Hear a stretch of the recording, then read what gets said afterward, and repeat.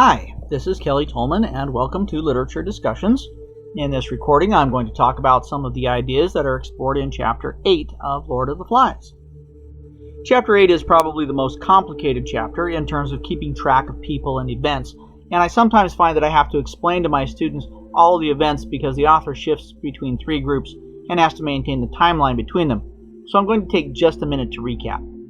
First of all, they begin with a big argument that splits the boys into two groups: Ralph's followers and Jack's followers. We'll talk about each of these groups and their significance later on. In addition, Simon wanders off on his own. Then, while Ralph and his followers try to reorganize their camp, Jack takes his followers into the jungle to go hunting. Meanwhile, Simon has returned to his grove. Jack kills another pig, and he leaves the pig's head stuck to a spear, and it just happens to be in Simon's grove. Simon was napping this whole time, and he wakes up to find the pig's head, which begins to talk to him. Jack's hunters then return to the beach, where they steal some fire from Ralph's group and then propose to have a feast. I want to talk about each of these three groups, but I want to start off by talking about the revote or recall vote. In politics, a recall vote can happen when enough people are unhappy enough with whomever was elected that they hold a new election even though the term isn't up yet. Now, the boys never established a length of term for the office of chief, but enough time has gone by that Jack feels that it should be his turn now, and he calls for a new vote. But nobody votes for him, not even his choir boys. Of course, this makes Jack angry, and he decides not to play with them anymore. But what I find interesting is that even though nobody voted for Jack, or perhaps better put, nobody voted against Ralph, as soon as Jack leaves the camp, the other boys begin to follow him. None of them talk to Ralph about it. They just wander off. Now, why is this? Why won't they openly say that they support Jack when clearly they do support him? I think this is interesting because it illustrates an interesting aspect of human behavior.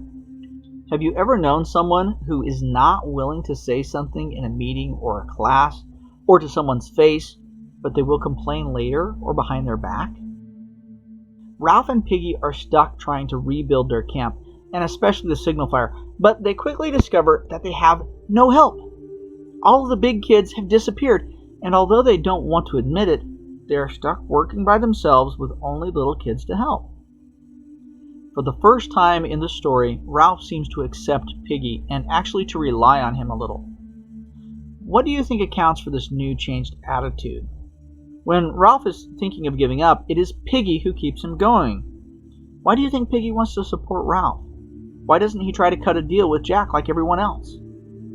And let's talk about Jack for a minute. Jack does not hesitate to start his new group, and his followers seem happy enough with him at the head. Right away, he shows strong leadership skills and gives clear instructions that are easily followed. In many ways, Jack is a more effective leader than Ralph, but does this make him a better leader? Once again, as a reader, you have to make the choice between Ralph and Jack. If you were on the island, whom would you follow and why? To the surprise of his followers, Jack's first order is to, quote, forget the beast, end quote. Why do you think he says this? What does he mean? He then goes on to give instructions that from now on, whenever they kill a pig, they are supposed to leave behind some of it for the beast. Why these two instructions?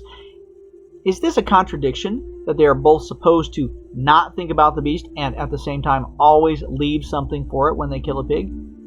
What is going on with Jack? Does he believe in the beast or not?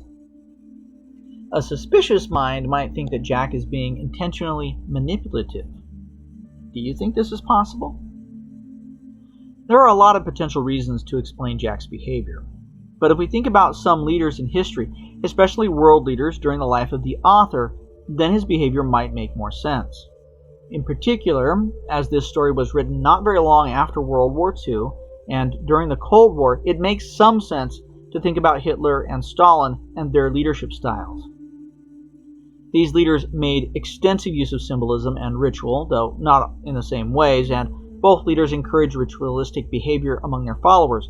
While I think it is too far to go to say that the author was trying to emulate these men, I think he was trying to capture an aspect of human nature that could lead to that type of behavior. I think that the most interesting character in Chapter 8, and to me the most interesting character in the Lord of the Flies, is Simon. In Chapter 8, Simon exhibits some serious signs of illness and delirium. He is described as, quote, "Presently he was thirsty, and then very thirsty. He continued to sit," end quote. Something is wrong with Simon. He is sweating, thirsty, dehydrated, but he takes no action to get water.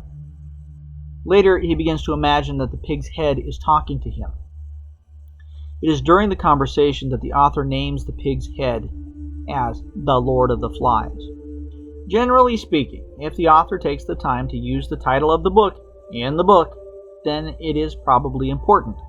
So, what does this title mean, both for the book and for the pig's head? Obviously, the pig's head is covered in flies, but what is the author trying to say with this title? What do flies do? How do they make us feel?